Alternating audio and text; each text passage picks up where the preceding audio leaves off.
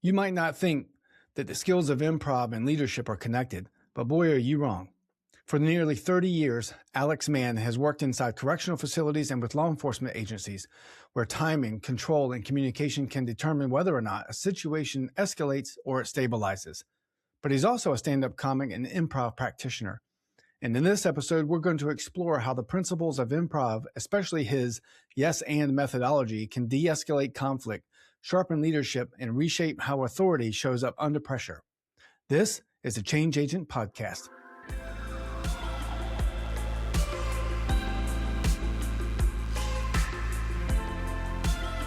Alex, thank you so much for joining me today on the podcast. It's really nice to have you here, and thank you so much for taking the time to do it. Thanks for having me. I appreciate the time. Yeah, anytime. Now, I'm not sure, as we kind of chatted about before we got on, what the listeners are preparing to hear during this show or what topics they are going to guess that we might cover. But I'm sure they're going to be really surprised. So let's get to it. I've already given a short introduction to you, but you'd be much better at that than I would. So would you mind giving us a little bit about your background? Sure. So my name's Alex Mann. I have worked for a sheriff's department here for nearly 30 years. For the last little over 10 years, I have checked something off my bucket list, which was supposed to be stand-up comedy. Mm-hmm. That led into quickly transitioning over to improv comedy. And for quite a while, I had traveled mostly Rhode Island and Massachusetts, absorbing instructions and workshops anywhere I could. For a brief period of time, I was able to run my own club, but COVID kind of took us out. Mm. And somehow I also squeezed in I became an actor, and I'm a member of the SAG union, and not really sure, but I was also able to squeeze in writing 2 books. So that's what led us here today, I guess. Yeah. Where do you find the time, man? It's just like, I think about the small things I want to do and I can barely find time, much less what you're doing. I do hear that a lot. Some of it comes down to just really good time management and balancing. I utilize a Google Calendar and map out my week. I've gotten better at planning all the social media distribution around this stuff. So I will schedule that on Sunday, on my downtime. And sometimes it's just, the 2 books are subject matters that I really know. I know improv comedies. So one of the books is about how to teach it. I've taught it a bunch of times. So if you're a new teacher or about to teach your first class, or you're even thinking about taking a class, but you don't want to spend, the upfront money of, is this something I want to try first? I have that book. And then the one that is really important to me is The Law of Improv, where I blend the language of being a first responder with the language of being an improviser, and show how our training is so similar in a world that you would never think that those 2 would line up. But the harmony of how we interact with each other, and oddly, we both call things a scene. Like, we arrived on scene in law enforcement, right. We take the stage and we're creating a scene on stage. So it's, once you read it, you kind of go, oh, all right, I get the connection here. Yeah, that's amazing. And you talk about exactly the thing that I was thinking of, was the connection between 2 seemingly disparate professions and how they do augment one another. And so that kind of leads right into one of the first questions that I have. And before I get to that, I'll kind of frame it up a little bit, is that you spent all of this time inside correctional facilities, law enforcement, and you've been in places that have been defined by stress, power imbalances, and constant threats around you, and the not knowing of what's going to happen. And that was all before you formalized improv as a discipline in a way. When you first realize, what did you first realize that humor wasn't just this coping mechanism that somebody uses? Because obviously we all have a nervous laugh when we've gotten into a situation that we don't want to be in or are uncomfortable in, but rather this is something that could actively change the way things the outcome of a tense situation. It probably originated in nervous humor in a moment. There's one of the earliest moments I ever remember was this one particular inmate was really upset about something, and he just was ranting, raving, all kinds of threats, every swear word he could in the book, and Mm. he was directing it at me. And once he took a breath, I said, "My mother insults me better on Thanksgiving. I'm done with you." And he kind of was like, "What? What?" I don't know what to say to that, but it was this visceral, like, I wasn't going to match his energy. Like, I can get angry, I can get loud, but if you're already there, like, Yeah. matching that's not going to help, That's the difference between, like, the physical training that you have versus the communication skills that you have. Like, you do need to be able to physically protect yourself, restrain somebody, and protect others. But psychologically, if you could take somebody out of that moment and they just don't know what to do, now all of a sudden their brain is resetting everything because they were expecting a verbal or potential physical altercation. So it started early, but it wasn't necessarily intentional. It's probably just growing up in Boston where this is how we interact with each other. Yeah. Was there something in those early moments that, whether it's physical or emotional, that told you this actually works? The combination of de-escalation with humor, or at least Yeah, a so positive a lot outcome. of the time, you're in a population setting where anywhere from 50 to 100 people. Most of them have a poor social adjustment skill set, so that's why they end up where they are. And so that moment of So whenever you start the job, like those first couple of years, you got the blinders on. Everything's black and white, Mhm. everything they taught you in the academy. And then slowly you start to learn to find that gray area. And for me, that gray area was just, I didn't want to write another report. And if I could handle the issue in-house creatively, I may have had to deal with that one person, but everyone else witnessed it and went, "Oh, I can't get under his skin. Mhm. Oh, he's not going to call a sergeant or lieutenant for every little thing, and he can solve problems here. So it's better to deal with me." There was a larger story, but an inmate had deliberately act up around the holidays, hoping I would send him to isolation so he didn't have to talk to his mother and sister. Now, the only reason I knew that was because he would say it a couple of times building up to the holidays, like, "I can't believe I'm here again. I don't want to, they're going to be so embarrassed. They're so mad." So he tried to act up, and I wasn't going to let it happen. And so he's like, "What?" I go, No. You got to go face the music." Mhm. And so whatever the thing was that he had done, he goes up to his visit, and so one of the inmates comes over and says, "That's not right. Like anyone else, we would have been like locked in or lugged." And I went, "Trust me, I'm not done with this." Mhm. So I made arrangements during his visits for someone to come down and break me. I went up to the visit and I just said hi to the family. And I'm like, "Hey, just so you know, he's really upset that he's here again. Like, I know you're not going to believe that from him, but he says it to me and I genuinely believe it. So imagine what that's like for an officer to come up and want to tell you that. I really think he means it. And I hope you guys, can sort it out." And when I came back to the unit, everyone's like, did you really go to his visit?" And I went, "Oh, I did." And when he came back, his tail was tucked between his leg. And I go, "Oh, by the way, now you're locked in for the disciplinary Here comes the stuff." pain. Right? So I made him face the music with his mom and sister, girlfriend. And then he came back and everyone saw that. And they're like, "Did he really go up?" He's, "Yeah, he did." Wow. So it was odd how people decided not to really mess with me on certain things. Yeah, and it's interesting too the way that people want to react or act towards someone just to get a reaction out of you, and you weren't biting that bait whatsoever. Nope. Was there resistance from other people when you started leaning into this method of de-escalation? No, I think a lot of the time what happens is if somebody witnesses it, they see the de-escalation happen. And so the story that was kind of the game changer for me when I realized how much I had taken my improv world into my corrections world.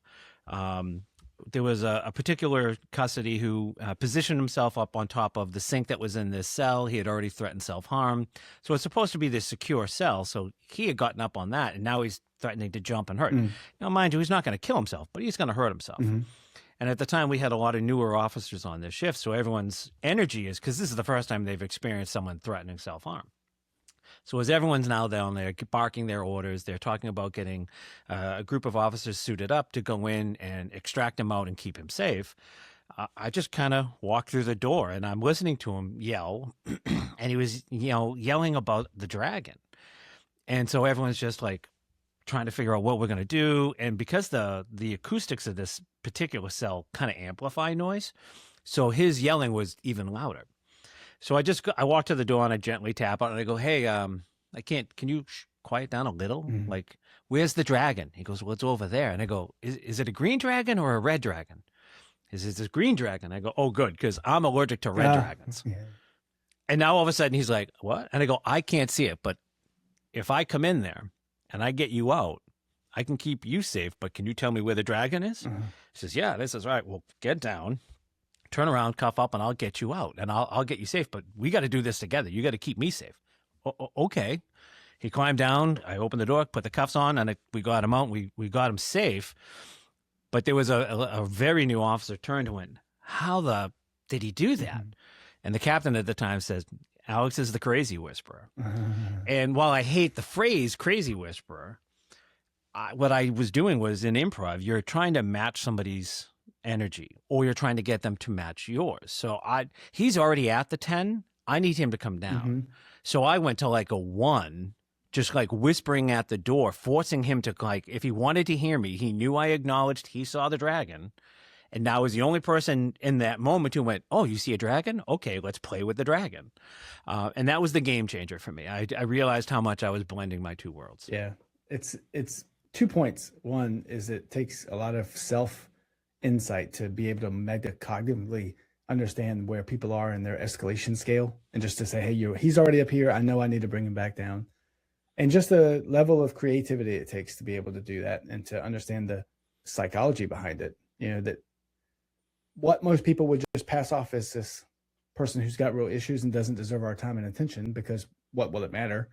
You take that time and attention to that person, and it de-escalates and completely removes that situation to begin with. And so that's really impressive. Can I touch on one thing that absolutely. you said there? So this is a key point in the concept of blending improv into our training, is that it sounds like it's like you said, it had the time to do that. Well, the only reason I had the time to do that was because we were in control of the situation. Yeah. He hadn't jumped. Like, I didn't have to make a split decision. So my training allowed me that couple of seconds to have that interaction. Quite often in law enforcement, we don't always have that. So to me, I'm hoping to find that blend of how fast can you physically react versus how fast your brain can react. And to me, that's the important difference. And a lot of people think, well, this is either kind of like, woo-hoo kind of touchy-feely good stuff versus I'm just trying to prevent other people from getting hurt. Yeah. Like, he's going to hurt himself one way or another. But if I can prevent the 4 or 5 guys who got to go suit up to come in here and then try and tackle him and then fight him to get him in those restraints, they could get hurt. Right. So if I have the moment while they're getting ready, I'm going to take advantage of it. Yeah. So much more of a bigger picture than even I realized. But in those environments, though, mistakes with your timing, just the way you described it, there was that timing there, and mistakes in timing don't just cost, credibility, but they can escalate that violence, just like you've described it.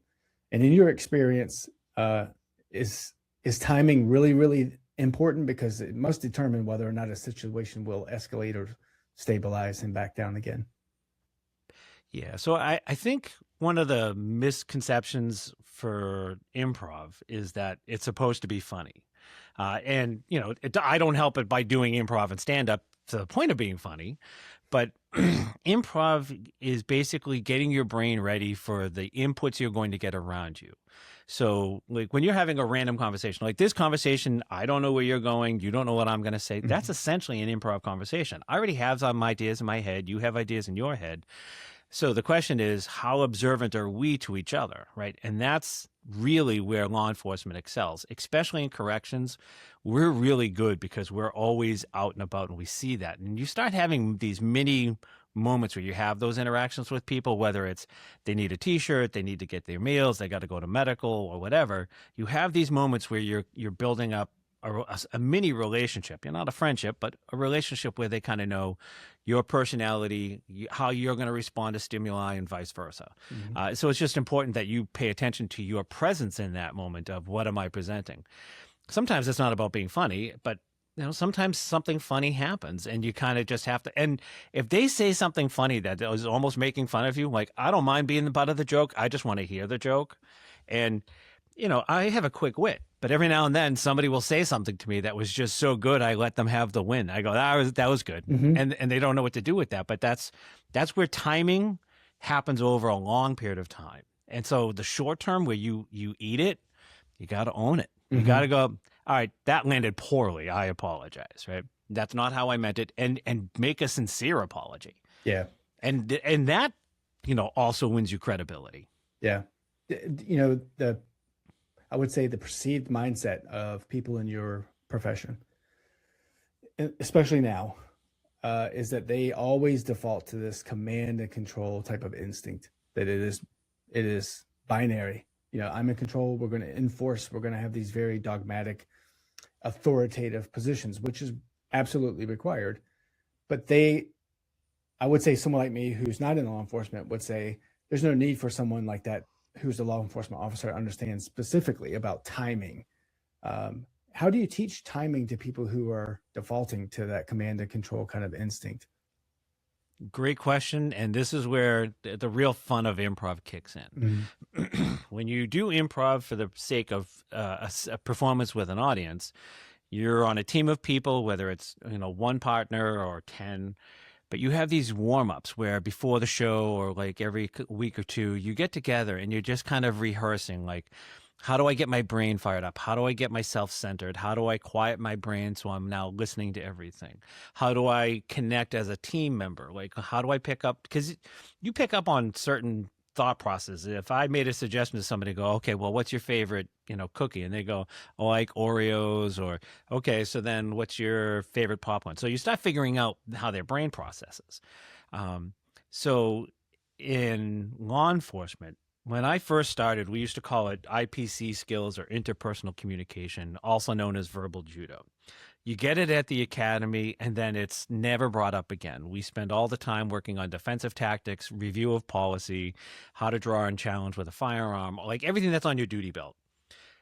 And that's the issue to me, is that improv creates this very safe space where you can make a mistake and learn from it. So by the role play, you're going to work on, how do I make that happen? And we just don't do that enough. We don't have seasoned veteran officers role-playing a scenario with it, because, it comes off as kids play.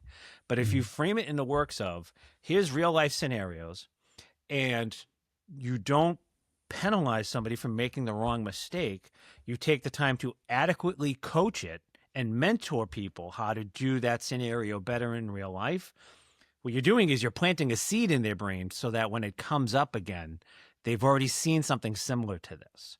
And sometimes we use videos from other people's mistakes, but, show us the scenarios where it went well and why it worked well, and talk that out also. So that's the hope of blending the improv into the law enforcement training, is that you create an environment where role play is accepted. And if you can incorporate maybe 2 or 3 improvisers from a local, community or club, they know how to set up the gameplay. You give them the actual verbiage and scenarios they're going to need to work on. And now all of a sudden you have this partnership with the community of, how can we do this better? Yeah. Is there something that people misunderstand the most when they start their training journey, and how to integrate these two things together? The common misperception when anyone takes a class or a workshop about anything comedy related, like improv, stand-up, sketch, is that they think they have to have that punchline ready to go every time. And now you're already overthinking it, right? So one of the things that I really work on is the presence over your position. Like, I'm now currently a sergeant, right? But most of my career I spent as a line officer. But we're still trained with that command presence of, I'm in the uniform, I'm supposed to have this answer, and all these things, right? Well, yes, that is all true. That will never go away. But if you have a dynamic thought process where you're allowing input, because sometimes, and we may not like it, they're right. And they may not be able to explain their reason why they're right away. So creating that space where they can have that dialogue is very important. So It's about toning back your thought of I'm the biggest power in the room and realizing that some people are on the spectrum. Some people are on a mental health crisis. Some people are having a medical emergency or a drug detox. And having that command isn't going to work with that person. Like I could have had the command with the guy who saw the dragon, but he wouldn't have come down because Right. the dragon is way scarier than I am. Yeah. It's not the proper tool for that moment, Right. which is really awesome that you have that. In all of your public service announcements, if you will, looking back at some of your content and literature that you put out and things that you've written, you're explicit about this yes and premise. And it doesn't necessarily mean that it's agreement. It means more that it's acknowledgement. And Right. that distinction is real critical in leadership, crisis response, negotiation, de-escalation, and all those things. Why is being seen and heard often the first step towards regaining control in a really high stress situation? Well, let's play this out a little bit. Let's say you're not the first person on scene, right? Mm-hmm. You're the responding staff, you're the backup, or you're the second or third person to come on stage, right? There's already a reality established, and it's probably high stress. It's a level, right? People are trying to sort things out. If you come in and I'm the know-it-all, I've got the things on my shoulders or my on my collar. Okay, yeah, that gets you like 1 second worth of credibility. But if you can't follow that up with a rational, tell me what's going on, give me an update, how do we make this into a teamwork kind of concept? It doesn't. You're not doing anyone any help. You Mm-hmm. have to be willing to kind of say, when you enter a scene, control yourself before you expect anyone to accept your control. Like you can't take control of people until you show I have control over myself. And the easiest way to do that is, hi, I'm so-and-so. I'm here to help. Tell me what's been going on. Tell me what you need. Mm-hmm. Right? And that doesn't happen a lot. A lot of people, we're just trained to come in and be that leader and solve problems. And, that's kind of a male trait. Like we like to solve problems. Eventually we're pretty good at it, but sometimes you just need to have that moment of quiet. And it's, you're not taking long. The more you do it, the better you get at it. But you also create a spot where maybe in 10 minutes, someone has an idea that they now need to go, oh, this might really work. They may know something that they forgot to tell you. If you don't create an environment where they can come back to you and say, oh, I've just remembered this, and it's going to be a positive interaction for them, they may not tell you. Mm-hmm. This yes and approach, if you will, it gives you that moment to kind of change posture and set your breathing and get the tone all in real time, which is really important because so many people just simply react to a situation without thinking twice about what it's going to do, and then they come back and go, I shouldn't have done that. Right. How does this yes and posture change the tone in real time?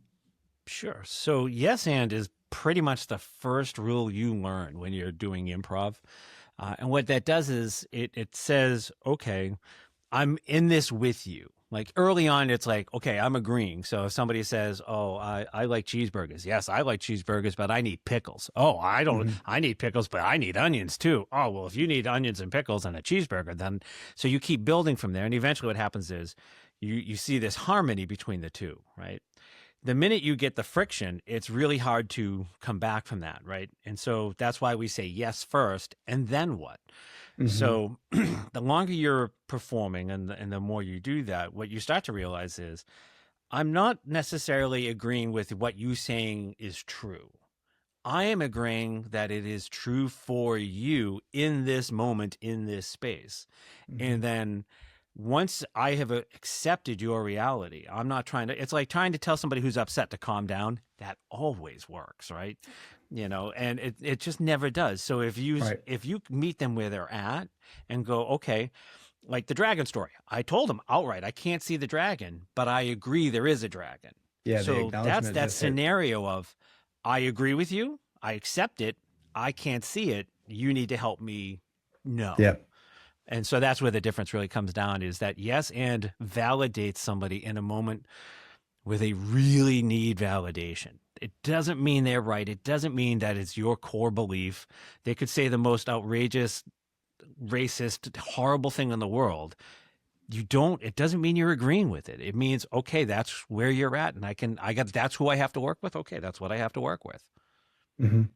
You talked earlier, and we both did rather, about the escalation of in the room. When you walk into a room and you're escalated, something's going on, you're angry. People get that energy, they feed off of it, and the whole thing just goes to crap. And then you come in happy one day with donuts and you're all jovial, and people feed off that. And even the ones who have had the worst mornings can quickly change. This suggests that stress isn't necessarily like this abstract and this physiological bit, and it's observable. From your experience, what physical signs tell you that stress is dropping and people are becoming a bit more reachable again? Sure. So we work a lot in this in improv, and it's not just what are you seeing, but what are you giving, right? So Mhm. in law enforcement, you've got, the uniform, which commands expect. You have the duty belt. You also have what people see on social media or on the news. So there's these preconceived notions. So if your shoulders are relaxed, there's an expression on your face that says, I am listening. Um, we need to be mindful of what are we presenting and how is it being perceived. Like, there are people who will not be able to perceive your emotional affect, right? So, I'll use some people who are on the spectrum just don't register um, certain types of humor, right? But they have other types of humor that they can get. But if you don't recognize that right off the rip, you're now in a hole. Like, so that's why you don't go in with a preconceived notion, but you also are looking for that. What's their body language telling? Are their hands up? Are they clenched? Are their hands in their pocket? Are they not maintaining eye contact? Or is there excessive eye contact? Excessive eye contact means that they're kind of ramping themselves up in the head of like, I'm not going to fight. I'm going to fight. So Mhm. those things. So, and you can also explain sometimes your body language. Like, look I'm 6 feet away from you. Like, you're safe from me right now. Like, I'm not going to get any closer until we can work this out. But we need to be sort of close so you can hear me and I can see you and all that stuff. So we're not shouting or whatever. So it's working with your body language and knowing what you're presenting. And if I'm trying to de-escalate you and it's not registering, then I got to change my body mechanics. Mhm. And I've used this in scenarios on an improv scene where I'm 6 feet tall, I'm 275 pounds, I'm a big guy, right? Well, not everybody in improv is that big. So I've had scenes where I've walked out with a 5'4" female, maybe 110 pounds, and she automatically takes on the role of like the authority or the power figure in the scene. So I'm like, okay, I know what I need to do. I now need to change my body mechanics where I am not towering over her and Mhm. show that I am now subjective in this moment, right? Well, you're not going to do that in a high stress, law enforcement scenario, but you can still present, my hands are not near my duty belt right now. We can get to Mhm. that duty belt pretty quick. But you're also showing off a visual on your face of, okay, I'm listening, I'm attentive, I'm not panning and scanning, or I'm not listening to other things. And if something does catch your eye, you're like, sorry, squirrel moment. So it's an overall total packaging of how you do it, and it comes with practice. Yeah. Are there, you talked about this briefly just a minute ago. Are there specific warning signs that tell you that control is kind of slipping away from you? Yeah, you'll see the hands change. Generally, if somebody's like straight at you, they're not like going to be throwing punches. It's usually Yeah. when they change they start to blade their stance. You can kind of figure out, oh, they're right-handed. The left hand might be up a little bit. Their foot posture will change, like to yeah, if you think like the classic stance of a boxer when they're in the ring, like they're bladed, their feet change, their feet. I'm actually doing it sitting in a chair. That's so silly. Um, but that's the thing, is that you'll see, but that's why being present in the moment, this is where you can realize maybe I went too far at trying to de-escalate and I put myself at risk. And that's important to not do. Like, so that's why situational awareness scenarios that you role play with improv are so important. Yeah. And there's a fine line too there, the way between humor and how that builds trust how it can de-escalate things, and then also and the other part of that is the humor that undermines a particular Yeah. authority. And authority, not necessarily in your terms, but people in general have just a, a default amount of authority because, like you said, the individual who says something's going on in my cell or something's wrong here, they have authority to know that situation, and you're trying to get to where they are. Like you said, this is what you've got to work with. And especially in law enforcement and corrections, emergency responses, and leadership roles that you've been in, you got to ask, how do professionals use humor without losing that command presence? I mean, you've already kind of explained this and you've demonstrated this really well, but for someone like me who's not in this role, command presence could be something as, the boss in the office. It could be dealing with a law enforcement individual. It could be in the military. There's a way that we have to be able to use humor without losing that. Well, it also goes back to like knowing your audience, right? And we say that Yeah. all the time, especially in stand up and improv, is that somebody may have had a joke that really worked at one place. But okay, well, if you were in a room full of 20, 30-year-olds, but now you're in a room full of like 50 to 60-year-olds who paid, $50 for a ticket and not $10 for a ticket, it's a different audience. Mm-hmm. So you can't use the same language sometimes. It's the difference between working clean or not clean. But in leadership roles, it's not always a need to be humorous, but to be open to a funny moment. Because sometimes somebody will, a boss could walk in, how was the weekend? Oh, it was pretty good until I fell down the ski slope. And you go, all right, I got to hear that story. I'm late for a Right. meeting, but I want 5 minutes. Like, how bad did you fall down? Is there video? Like, please tell me, right? So it's not, you're trying to be funny, but you're allowing someone to have a moment of like, oh, if you see me walking slow today, it's because I ate it going downhill on the ski slope. You know what I mean? So you don't force it, especially in the workplace, because it can be tough, especially if HR I'm probably an HR nightmare for some people. But it's, you know your environment, the space, you don't make inappropriate jokes, but at the same time, someone says something that's so funny, don't deny it. Just, even if it's you, like even if like you did something funny and they're laughing at it just be in the moment and kind of go, yep, that was a good laugh. All right, see you Mm-hmm. later.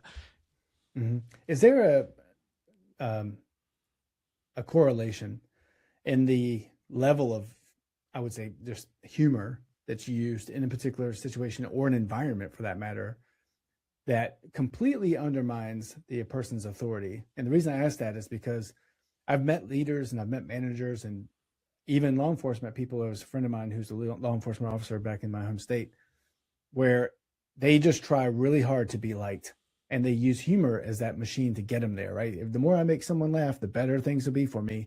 And when I have to enforce an actual standard, it'll be like two buddies just chatting it Right. out. But I think that that's probably inaccurate. What are your thoughts?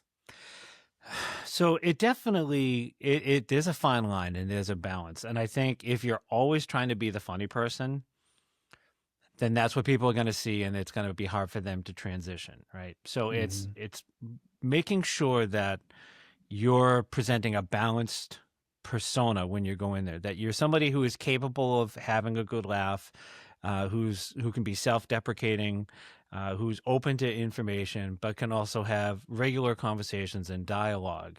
Um, and to me, I think the easiest way to do that, and this is, it's one of those things from improv that I love, is that you learn how to start asking questions, because people love to talk about themselves a little bit if given the right opportunity. And it's usually something minuscule. One of my favorite games in improv, and for me, if I ever had to like run a room of people I don't really know for a period of time, I would use this where I'll walk in and I'll pick like one person and go, all right, what are your 6 favorite movies from whatever? Give me any, it doesn't need to be what topic. And then so what happens is you build up this rapport, and then you start to kind of figure out a little bit about who they are, right? Mm-hmm. And so you didn't ask a funny question. You weren't trying to make them laugh, but you can kind of go, all right, so I know things about you. So I know how to appropriately lead you and give you information. But you can't be one or the other. You need to find a balance. And that's, to me, the most important thing is that People need to be able to complain to you and take it serious and not make a joke. And people need to come to you and be able to seek advice and not always get a joke. But sometimes you just kind of have that moment where you go, "Oh, that was too good. We got to live in that moment for a second and then kind of come back." Yeah.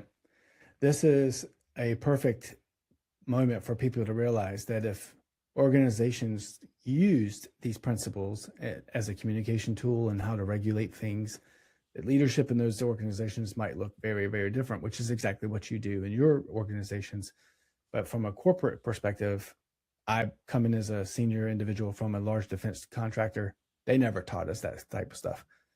Not even in the program management professional handbook or the PMBOK guide, if you will, the private project management body of knowledge. They don't talk about de-escalation with this, right? They talk about authenticity and everything. But I think if humor were treated as a core leadership discipline, the idea that we could use that to kind of de-escalate things, we would probably find that we could train people differently in the way that they handle stress, conflict, and authority.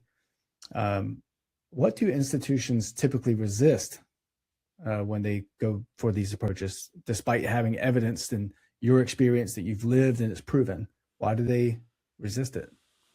Well, you're asking to change the culture of something, right? And Yeah.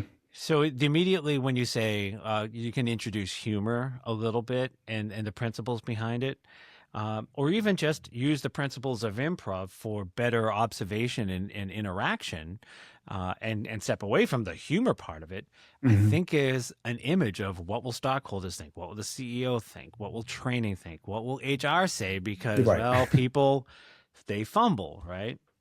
So, let's say it's not so much bringing in humor, but bringing in a moment of humanity in a corporate structure, right? We're still human beings. We still have emotions. Things still happen outside, right? And I've often referred to work with inside the jail as my 8-hour coffee break from when I was married with my wife and kids, like, because I'm with them way more. That is way more stressful. Right. You have dynamics of children with school and projects and sports. You have the friction and good times with a spouse, and, you've got bills and all this stuff. Right. So work was like my distance from that. So it's one of those things where I think people struggle with, I don't know how to be funny, or they automatically think, oh, I could never do stand up or anything like that.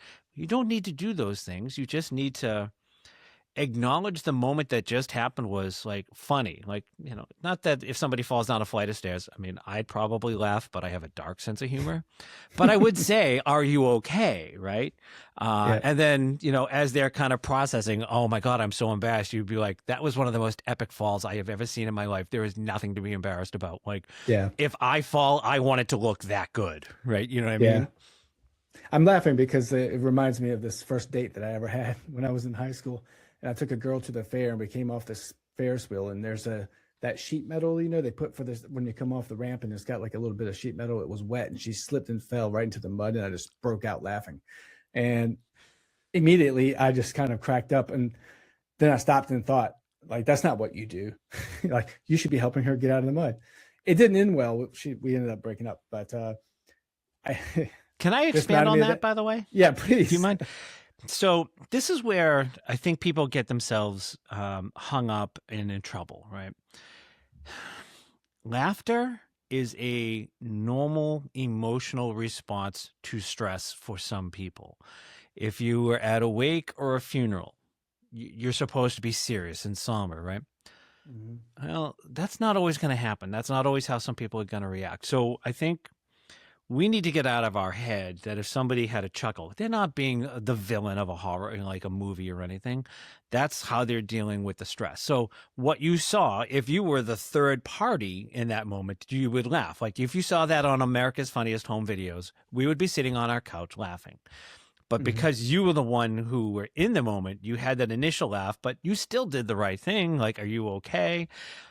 Obviously, teenagers, that's not going to go over well no matter what you do. But I think we need to find some more forgiveness for people whose reaction is laughter over anger. Because in stressful situations like that, or at a wake or a funeral, what's easier to deal with? Someone who just chuckled next to you or someone who is holding back anger next to you? What is Yeah. easier for you to sit next to? Someone who's kind of giggling or someone who's stewing, ready to burst? Yeah. There's so many points, I think, that people need to be taking out of this. And there's a lot more coming. I mean, I think that you've got that book coming out for the Law of Improv, right? And you're doing a podcast with that. What do you hope that leaders and institutions can take away from that work that they aren't hearing somewhere else?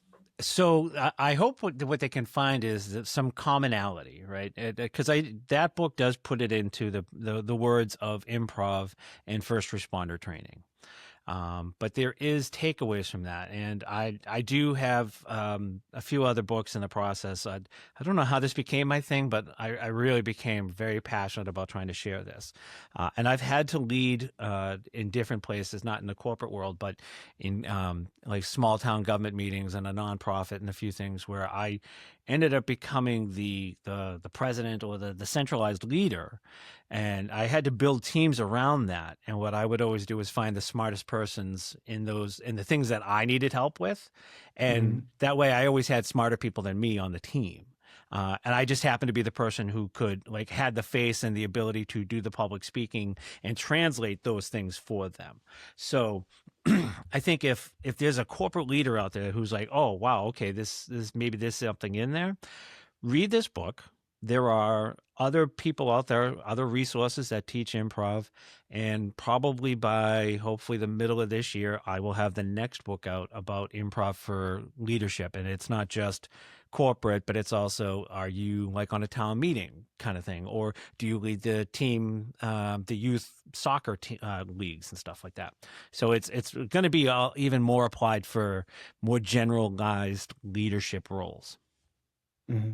That sounds amazing. We're going to have all the links to this stuff. If we can get it down in the show notes so that everybody can go grab it when it's available. It is available? Yep.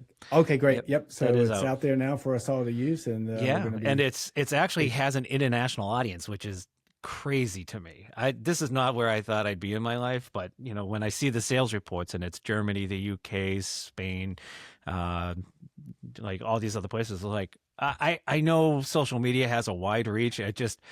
I look at the reports and I'm like, this is my ancestry.com report. These are all places my family is from. Yeah, it's amazing when you see things growing like that. The hard work kind of goes into it. Everything starts to work out in your favor. You're like, I can't believe this is really happening. Like, we're doing this now. And congratulations on the success of that. And thank you so very much, Alex, for taking the time to join me today. It's been a real pleasure. These viewpoints from your professional experiences are ones that I bet people just never really considered. I know I didn't.